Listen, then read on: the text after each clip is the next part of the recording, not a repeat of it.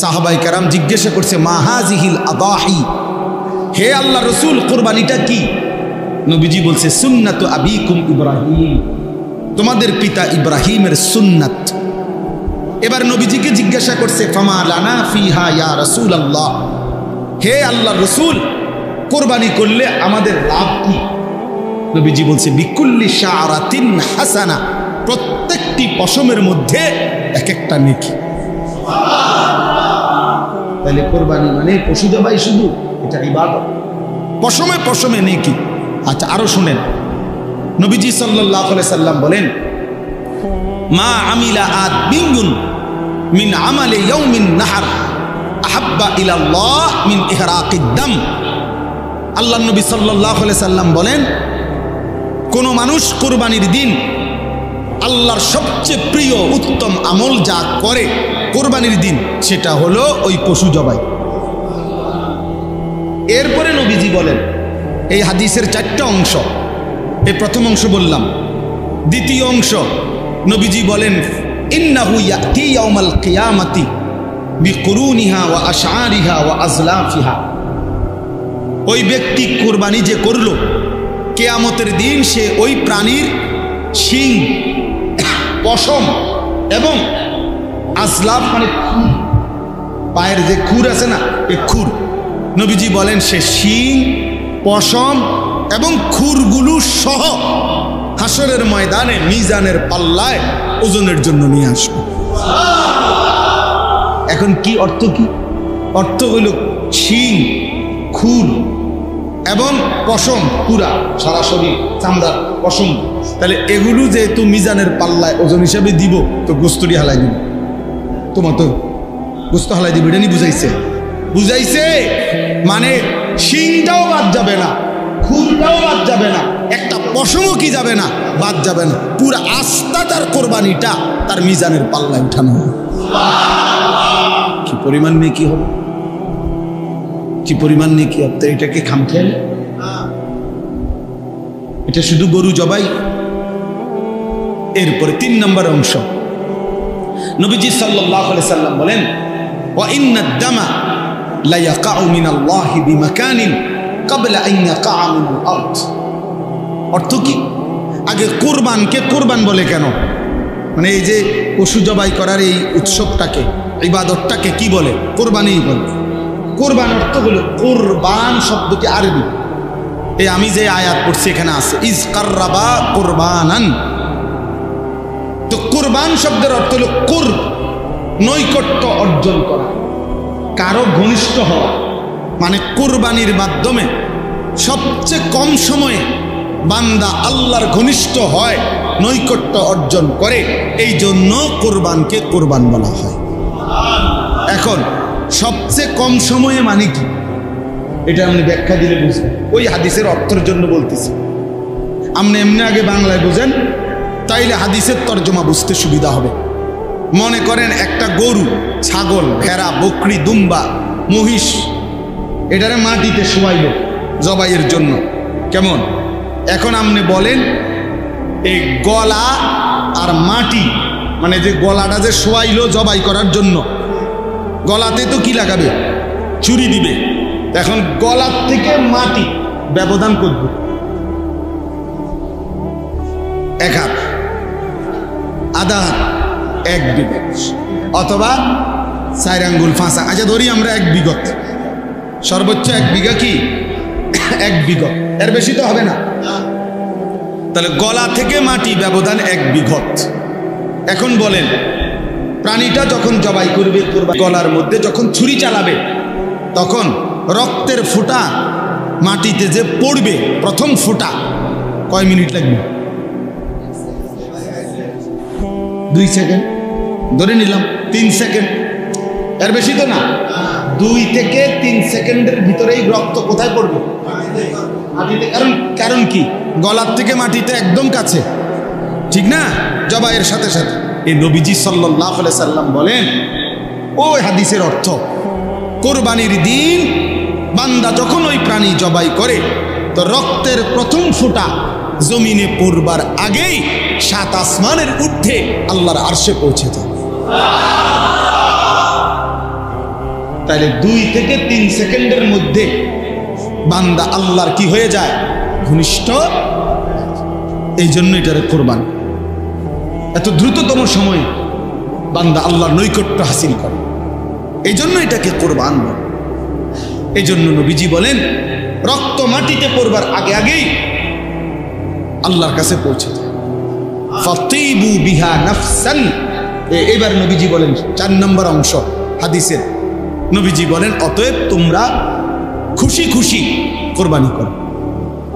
কি কোরবানি করো? খুশি খুশি দিলে, খুশি খুশি। খুশি কি করুম আর, যা বেশি জন বিরক্ত করো রে, যা দিমু, আর কি করার আছে, জানি কোরবানি। প্রতি বছর দিয়ে আইতেছি, হ্যাঁ 10 জনের লগে চলন লাগে, হ্যাঁ মানুষে কি মনে করবো, যা দেও, আর কি করার আছে, এটা নিয়ে কোরবানি। এই বুঝেন না? যাক, আর এক উছিলায় মাইয়ার শ্বশুর বাড়ির থেকেও কিছু লোক খাওয়ানি বাকি রয়েছে, কথা বলে, হ্যাঁ দাও আরেক নাম বাড়াই দাও। এই উছিলায় মানুষ 200 খাওয়াই দিলাম, 100 খাওয়াই দিলাম, এটা নিয়ে কোরবানি? এটা ইবাদত। এটা কি? আল্লাহর নবী এই জন্য বলছে খুশি খুশি কোরবানি। এটারে পেরেশানি মনে করো না, বিরক্ত মনে করো না, এটারে ঝামেলা মনে করো না, খুশি খুশি কোরবানি। একজন মসজিদের ইমাম, একজন মসজিদের মুয়াজ্জিন, একজন মাদ্রাসার উস্তাদ, কয় টাকা উপার্জন তার, সামান্য কয় টাকা দিয়ে দিনের পর দিন। আমার একবার দাউদকান্দিতে এক মসজিদের ইমাম সাহেব, বিশ্বাস করেন কত আমনের মতো বয়সী হবে, বয়স্ক মানুষ, ইমাম সাহেব আমারে জড়ায় ধরা একদিন আমারে বলতেছেন যে হুজুর আমি আজকে 26 বছর এই মসজিদে ইমামতি করি, অল্প কয়টা বেতন পাই। কয় যে হুজুর আমি আমার বিবি বাচ্চার কত আবদার জীবনে পূরণ করতে পারি নাই অভাবের কারণে, কাইন্দা দিছে। কয় যে হুজুর আমার আল্লাহ আমারে, আমি 26 বছর এই মসজিদের খেদমত করি, একই মসজিদে, ছোট একটা মসজিদ। বলতেছে হুজুর আমার আল্লাহ আমারে, আমাদের দুনিয়ার কোনো স্বপ্ন, বাচ্চাদের আশা আকাঙ্ক্ষা কত কিছু পূরণ করতে পারি নাই অভাবের কারণে, আমার আল্লাহ আমারে আখিরাতে দিবনি। আমি কি বলতাম? আমি জড়াইয়া ধরে ওনারে অনেক কাঁদছি, কাইন্দা বললাম হুজুর আমি, বলেন কি, ইনশাআল্লাহ আল্লাহ আপনাকে এই পরিমাণ দেবে, সেদিন আপনি এবং আপনার পরিবার খুশিতে আনন্দে আত্মহারা হয়ে যাবে, আনন্দে আত্মহারা হয়ে যাবেন। আলেমে দ্বীন কখনো কার উপার্জন মাসে 8,000 10,000 টাকা, আর ওই বেয়াদব সে নাকি নেতা। এই বেয়াদব পরিষ্কার বলতেছে, মুসলমান নারীদেরকে বলতেছে তোমরা মোল্লা মৌলবীর বাচ্চা পেটে নিবা না।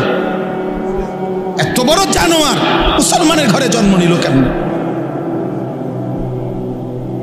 এত বড় বেঈমান, কি পরিমাণ আশ্চর্য কথা, চিন্তা করে দেখেন। নারীর মর্যাদা, নারীর অধিকার, ওলামায়ে কেরাম এ ব্যাপারে কিচ্ছু বলে নাই, বলছে কোরআন সুন্নাহ বিরোধী। নারীর অধিকারের নামে যে প্রস্তাবগুলো দেওয়া হয়েছে এগুলো প্রত্যাখ্যান করছে। কথা বলেন না? ইসলাম বলছে বাবার মৃত্যুর পরে আপনার উত্তরাধিকার সম্পত্তি 2 বোন 1 ভাই, নাকি এটা আপনারা সবাই জানেন? এটা তো কোরআন শরীফের আয়াত। তো ওরা বলতেছে না, এটা সমান করতে হবে। তো এখন এই কথাটা যে কোরআন সুন্নাহ বিরোধী, এটা বলবার জন্য সামান্যতম আকল দেমাগ আছে, সে বুঝবে না কথাটা,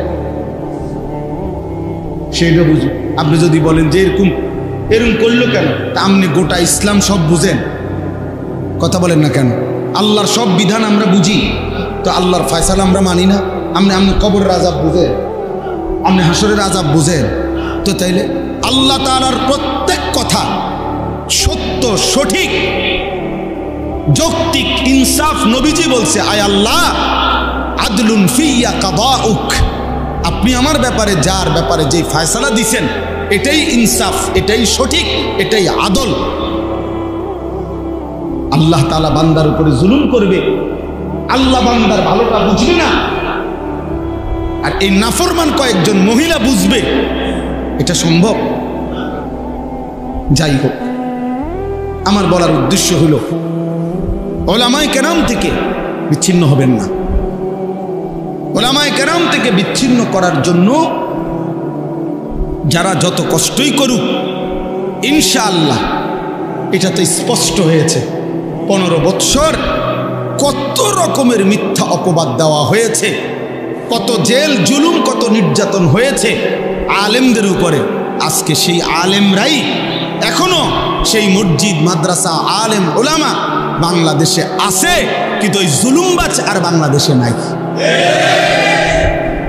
অতএব এই নতুন করে এই জঘন্য বেয়াদব যে আলেমদেরকে উপেক্ষা করলো, তুচ্ছ তাচ্ছিল্য করলো, কিশোরগঞ্জের এই বেয়াদব ইনশাআল্লাহ বাংলাদেশে থাকতে পারবে না। ইনশাআল্লাহ দেখেন, ইনশাআল্লাহ আল্লাহই বেইজ্জতি করবে, আসমান ওয়ালাই বেইজ্জতি করবে ইনশাআল্লাহ।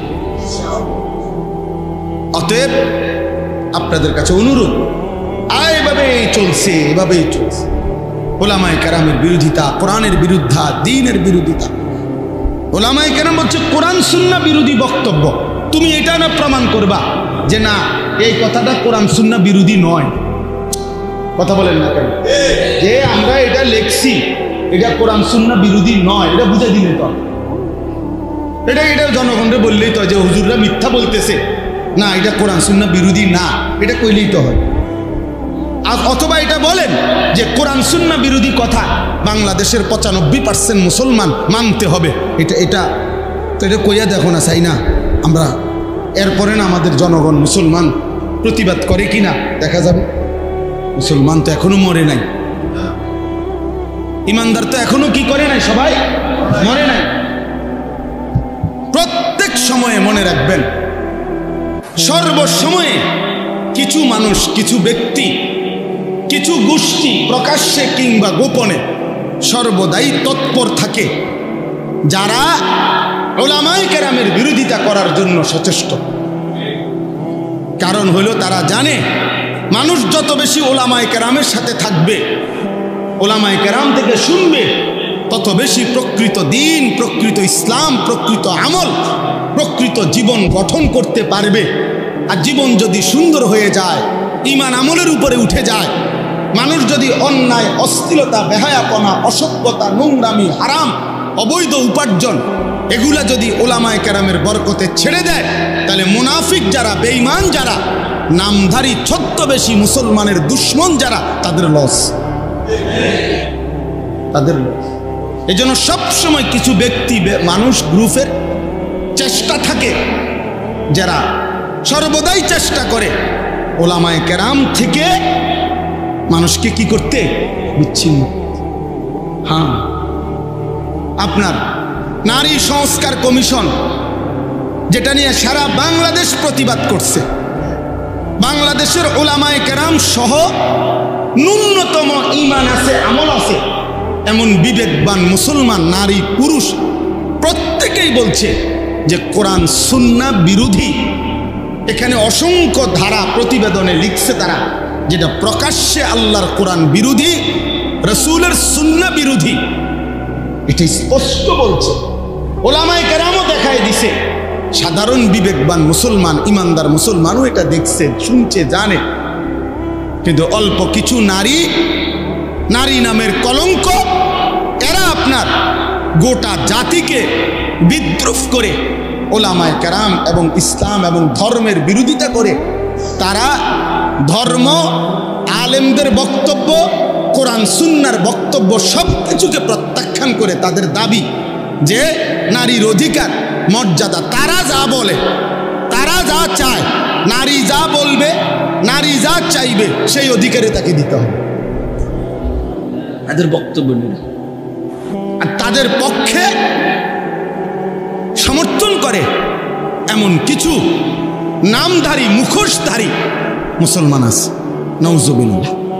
এই 2 দিন হয় বাংলাদেশের কিশোরগঞ্জের একজন নেতা, পুরান নেতা, বুড়া নেতা, এই পর্যন্ত কয়েকবার ডিগবাজি দিছে, দল বদলাইছে, এই পর্যন্ত বহু দল বদলাইয়া।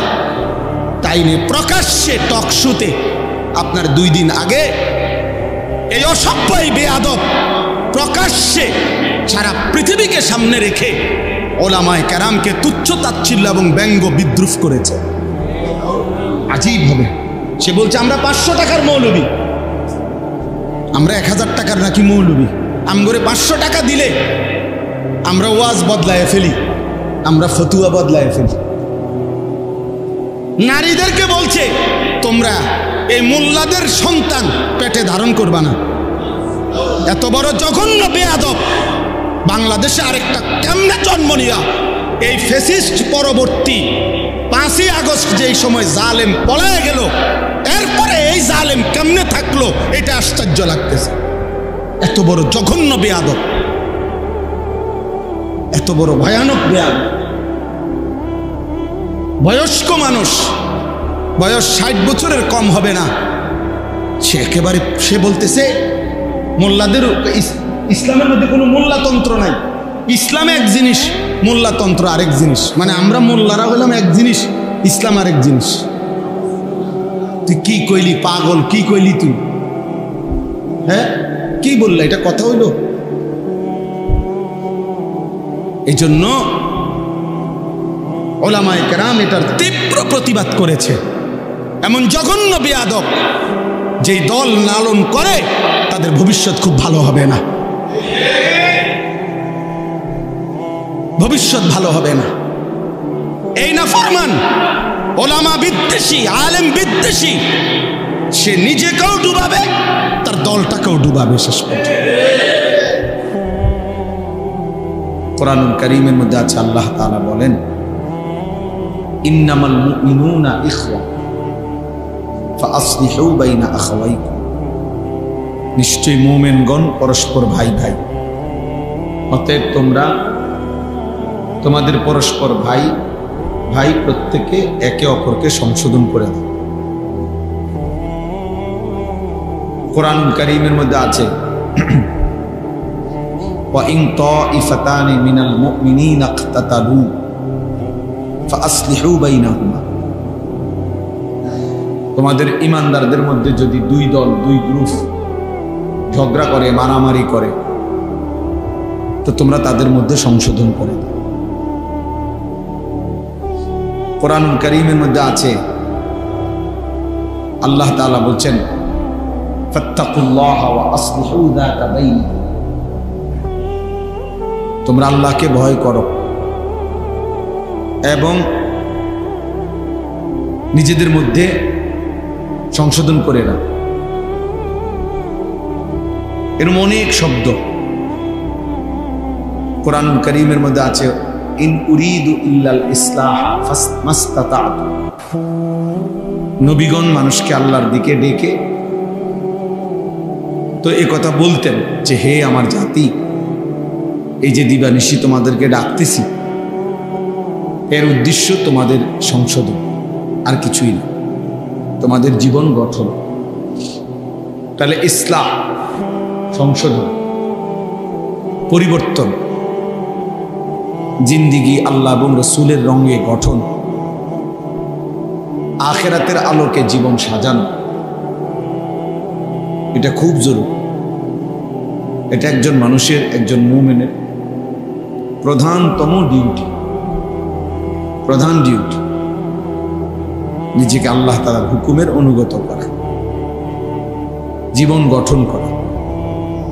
ইয়া আইয়ুহাল্লাযীনা আমানু আলাইকুম আনফুসাকুম, কোরআনুল কারীমের মধ্যে আছে হে ঈমানদারগণ, তোমরা প্রত্যেকেই নিজেকে আঁকড়িয়ে ধরো, তার মানে নিজেকে গড়ে তোলো, নিজেকে সাজিয়ে তোলো, ঈমান আমলের রঙে নিজেকে সাজাও। লা ইয়াদুররুকুম মান দাল্লা ইযা ইহতাদাইতুম, যদি তোমরা নিজেদেরকে হেদায়েতের উপরে উঠাইতে পারো তো পৃথিবীর আর কেউ তোমাকে পথভ্রষ্ট করতে পারবে না। আমি যদি বিশ্বাস করি ঈমান আমল আমার জিন্দেগি, আমার দিলের মধ্যে যদি আখিরাত বসে, কবরের ভয় বসে, গোটা পৃথিবী ল্যাংটা হোক, গোটা পৃথিবী নাফরমানিতে ডুবে যাবে, আল্লাহ বলতেছে তোমারে আর কেউ পথ হারা করতে পারে। তাহলে এমন অসংখ্য মানুষ দেখেন যে একটি সমাজের চারদিকে অসংখ্য অগণিত মানুষ নামাজ পড়ে না, কিন্তু কিছু মানুষ আছে এর ভিতরে দিয়েই প্রতিদিন 5 ওয়াক্ত নামাজ পড়ে। তো সে এটা বুঝছে এটাই আমার জিন্দেগি। কলেজ ইউনিভার্সিটি তো আমাদের পরিচিত এমন অসংখ্য ছেলে আছে যেখানে চারিদিকে গুনাহ এবং ছেলে মেয়ে নারী পুরুষের অবাধ চলাফেরা, এর মাঝখানেও সে শতভাগ তার চোখ নামায়া রাখে, নিজেকে হেফাজত করে, 5 ওয়াক্ত নামাজ পড়ে। আলহামদুলিল্লাহ, এরকম অসংখ্য ছেলে আমাদের পরিচিত আছে। তাহলে কারো দিলের মধ্যে যখন আখিরাত ঢুকে যায়, তো চারিদিকের সকলের নাফরমানিও তাকে আর প্রভাবিত করতে পারে। এমন অসংখ্য মানুষ আছে যাদের চারিদিকের সব ঘরে টেলিভিশন চলে, কিন্তু 40 বছর 30 বছর 50 বছরে তার ঘরে তার বিবি বাচ্চা বসে, তারা কোনোদিন টেলিভিশন দেখে না, এমন নাই। আলহামদুলিল্লাহ। এই জন্য আল্লাহ তাআলা বলছে আলাইকুম আনফুসাকুম, নিজেকে আঁকড়িয়ে ধরো, নিজেকে গড়ে তোলো, নিজেকে সাজাও, তাহলে গোটা পৃথিবী মিলে কেউ আর তোমাকে পথভ্রষ্ট করতে পারবে না, কেউ না। হযরত মাওলানা তারেক জামিল সাহেব, পৃথিবী বিখ্যাত মুবাল্লিগ, দাঈ, তো উনি বলেন যে আমি আমার দীর্ঘ 30-35 বছরের জীবনে গোটা ইউরোপ আমেরিকা সহ সমস্ত দেশে, এমনকি এক এক দেশের প্রতিটা স্টেটে প্রদেশে আমি সফর করছি, দিনকে দিন, বছরকে বছর, রাতকে রাত। কিন্তু উনি বলেন যে আমি আল্লাহকে সাক্ষী রেখে বলতে পারি, আমার এই নজর এই দীর্ঘ 25 বছর 30 বছরের জীবনে ইচ্ছা করে কোনো বিভিন্ন নারীর দিকে তাকায়, অথচ যেখানে উলঙ্গপনা, বেহায়াপনা স্বাভাবিক, যেখানে পর্দা কিংবা ঢেকে ঢুকে চলা অস্বাভাবিক, সেইখানে ওইখানের ব্যাপারে উনি বলতেছে ওইখানে থাকার চলার পরেও, যাওয়ার পরেও আমি আমার নজর হেফাজত করছি। তাইলে এই জন্য বললাম, আল্লাহ তাআলা বললেন আলাইকুম আনফুসাকুম, নিজেকে গঠন করো। আমরা কিতাবে পড়ছি একজন নওজোয়ান তাগড়া যুবক মুসলিম মুজাহিদকে খ্রিস্টান সৈন্যবাহিনী গ্রেফতার করছে। তো গ্রেফতার করার পরে উনি অনেক বেশি সুন্দর, সুঠাম, চমৎকার দেহ ছিলেন। তো খ্রিস্টান সেনাপতি ওই যুবক মুজাহিদকে দেখে উনি আকৃষ্ট হয়েছেন, নিজের মেয়েকে এই ছেলের কাছে বিবাহ দিবেন এরকম ভাবছেন। তো চিন্তা করছে আগে তাকে যে কোনো প্রলোভনে খ্রিস্টান বানাই, চেষ্টা করি, তারপরে তার কাছে মেয়ে দিয়ে দিন। বহুভাবে ওনাকে প্রলোভন দিছে, হুমকি ধমকি দিছে, উনি কোনোভাবেই মাথা নোয়ায় না, শেষ পর্যন্ত বন্দি করছে। আমরা উর্দু কিতাবে পড়ছি ওই যুবক মুজাহিদ এবার ওনার কামরার মধ্যে ওই সেনাপতি তার সুন্দরী মেয়েকে একাকী দিয়ে দিছে, আর বলছে তুমি তোমার রূপ যৌবন দিয়ে যে কোনো ভাবে তাকে গুনাহে বাধ্য করবে। তো 3 দিন ওই মেয়ে ওই ঘরে ছিল। 3 দিন পরে সে বের হয়ে তার বাবাকে বলছে যে হে বাবা, নিশ্চিত ইন্নাহু হাজারুন আম শাজার, এই যুবক নিশ্চিত হয় পাথর নয়তো কোনো গাছ। সে আসলে কোনো মানুষ না, মানুষের কোনো অস্তিত্ব, প্রাণ, অনুভূতি তার মধ্যে নেই। লা ইয়ালতাফিতু ইলাইয়া মাররা, সে তো আমার দিকে একবারের জন্য চোখটা তুলেও তাকায়। আমি আমার সব চেষ্টা করছি। তাইলে আলাইকুম আনফুসাকুম, নিজেকে মজবুত করা অনেক বড় নিয়ম, কষ্টসাধ্য কাজ, কষ্টসাধ্য কাজ, কিন্তু সম্ভব। সম্ভব, আল্লাহর দয়া হলে সম্ভব। এই সমাজে আমরা বাহ্যিকভাবে দেখলে মনে হয় নাফরমানির সয়লাভ, অসভ্যতার সয়লাভ, কিন্তু আলহামদুলিল্লাহ এর ভেতর দিয়েও হাজারো লাখো পাক্কা মুমিন ইমানদার নারী, পুরুষ, যুবক, কিশোর, বুড়ো আছে আছে যে হাজারবার জীবন দেবে প্রয়োজন, কিন্তু আল্লাহর নাফরমানি করবে। হারামের এক লোকমা নেবে না, হারামের একটা টাকা নেবে না। এই ভালো মানুষ, এমন উত্তম মানুষদের বরকতেই বাকি বাটফার সিটাররা খাইয়া যেতেছে। ইমানদারদের বরকত, কোরআনওয়ালাদের বরকত, দ্বীনওয়ালাদের বরকত, আল্লাহকে সেজদা দেনওয়ালাদের বরকত। এটাই সত্য। এই পৃথিবী, আসমান এবং জমিন টিকে আছে আল্লাহ তাআলার নামের উপর, তাওহীদের উপর, লা ইলাহা ইল্লাল্লাহর উপর। যেদিন আল্লাহ এই নাম থাকবে না, তো সেদিন আসমান ও জমিন থাকবে। তাহলে আল্লাহর নামের উপরে কি টিকে আছে? আসমান ও জমিন টিকে আছে। তাওহীদের উপরে কায়নাত টিকে আছে। কোনো বাটপার, সিটার, সুদখোর, হারামখোর, কোনো বখাটে, দুশ্চরিত্র তাদের জন্য না। তারা ইমানদারদের উসিলায়, তারা প্রিয় বান্দাদের, আল্লাহর অনুগত বান্দাদের বরকতে ওরা খায়, ওরা চলে।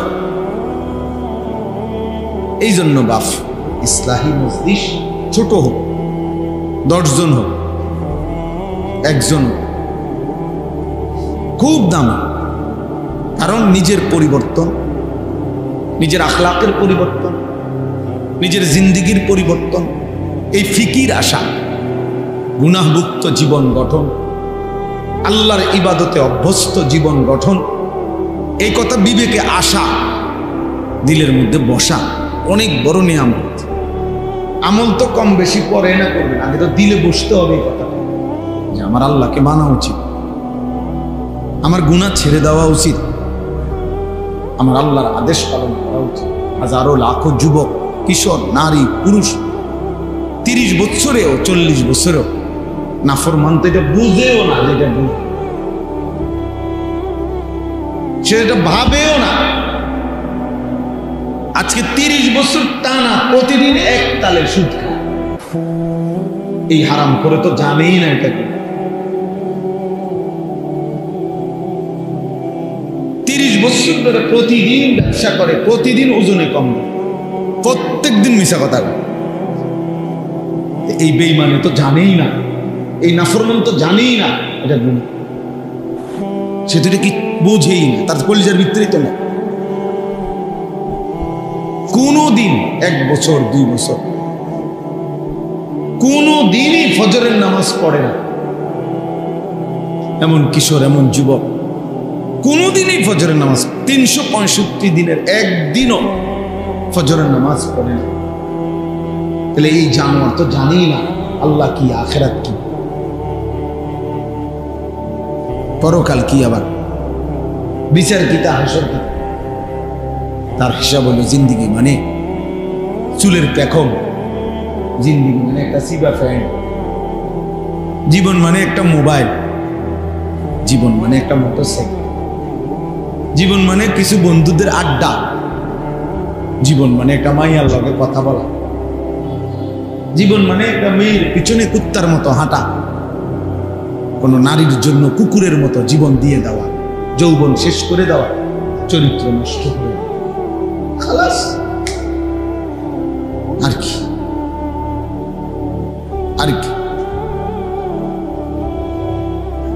তাহলে সে জীবন চিনল কি, বুঝলো কি? জীবন একটু পর পর চুল ফিরা, দেখবেন অনেক প্রতিবন্ধী।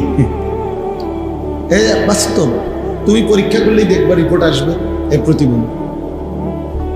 এই যে এরা এমনি এমনি একটু পর পর চুল ফিরায় না, এ প্রতিবন্ধী। কারণ তুমি নিজেই জানো এটা সামনে গেলাম, তো আবার এটা ফিরাও কা, এটা বারবার যেহেতু তোমার ডিস্টার্ব করে, তো এটা কাটো না কেন? একটা যুক্তি তো থাকবে যে আমি একটা জিনিস আমার বারবার প্যারেশান বিরক্ত লাগতেছে, আমি এটা সরামু না। তাহলে সে নিজেই আসে, নিজেই ফিরা, নিজেই ফিরা। সারাদিন তার একটা হাত চুল ঠিক করে নিয়ে ব্যস্ত। এটা অসুস্থ না? এটা প্রতিবন্ধী না? তার সিরা মানসিক সমস্যা তার। পৃথিবীর কেউ বেটা, কম করে বলি বেটা, গোটা পৃথিবীর কেউ কোনোদিন কোনো বেঈমানে কোনোদিন বলে নাই যে পুরুষের মাথার চুলের মধ্যে সৌন্দর্যের কিছু আছে আলাদা, বা এটা নিয়ে আলাদা সৌন্দর্যের কোনো পেরেশানি পৃথিবীতে নেই। কোনো পাগলও বলে নাই, কোনো বেঈমানে বলে না। তোমরে কিছু বেঈমানে হয়তো ভুল বুঝাইছে। চুলের উপরে যদি কোনো যত্ন সৌন্দর্যের কিছু হয়, তা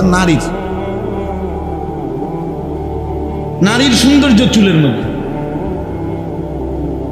পুরুষ চুল নিয়ে ব্যস্ত থাকবে, এটা এক ধরনের মেয়েলি স্বভাব ছাড়া, বেডিত্বের স্বভাব ছাড়া আর কিচ্ছু হতে পারে। এটা এক ধরনের কাপুরুষ, যে লজ্জিত পুরুষ হওয়া নিয়ে, যে শরম পাইতেছে যে আমি যে বেডই, এই জন্য আমি একটু লজ্জিত, অনুতপ্ত। আমি যদি মেয়ে হতাম আর মেয়েদের মতো সারাক্ষণ চুল নিয়ে ব্যস্ত থাকতাম, কত না ভালো হতো। নাই তো বলেন কি কারণ থাকতে পারে? একটা ছেলেকে কেন, পুরুষকে কেন চুল নিয়ে এত ব্যস্ত বানাই দিন? আফসোসের, আশ্চর্যের ব্যাপার রীতিমতো। এই জন্য বললাম আলাইকুম আনফুসাকুম। ইসলাহি মজলিসের মূল ফিকির নিজের সংশোধন, জিন্দেগির সংশোধন, জীবনকে সুন্দর করা। এটা খুব ভালো, খুব ভালো উদ্যোগ। এক মানুষের সবচেয়ে বড় কল্যাণ, মনে রাখবেন, মানব কল্যাণ দুই ধরনের হয়। এক হলো সেবামূলক কিছু কাজ করা। কারো বাড়িতে টিউবওয়েল বসাই দিছেন, কারো টিনের চাল দিয়া দিছেন, কারো ঘর ভাঙা দিছেন, হ্যাঁ, মেয়েটার বিধবা, মেয়ে বিবাহের ব্যবস্থা করে দিছেন। মাশাআল্লাহ, ভালো কাজ এগুলো। বন্যা, ঝড়, ঘূর্ণিঝড়, জলোচ্ছ্বাসে সহযোগিতা করছেন, উত্তম কাজ, মানব সেবা। কিন্তু আরেকটা মানব সেবা হলো, মানব কল্যাণ হলো ওই মানুষটাকে আল্লাহমুখী করে দেওয়া, আখিরাতমুখী করে দেওয়া। ওই মানুষটার জিন্দেগি চেঞ্জ করে, ইউটার্ন করে তাকে আল্লাহ, রসুল, আখিরাত, পরকালের দিকে ফিরাইয়া দেওয়া। আল্লাহ কসম, কোরআন বলে এটা হচ্ছে মানবতার সবচেয়ে বড় কল্যাণ। মানুষের সবচেয়ে বড় কল্যাণ হলো তাকে তার রব চিনায় দেওয়া, তাকে তার গন্তব্য চিনায় দেওয়া।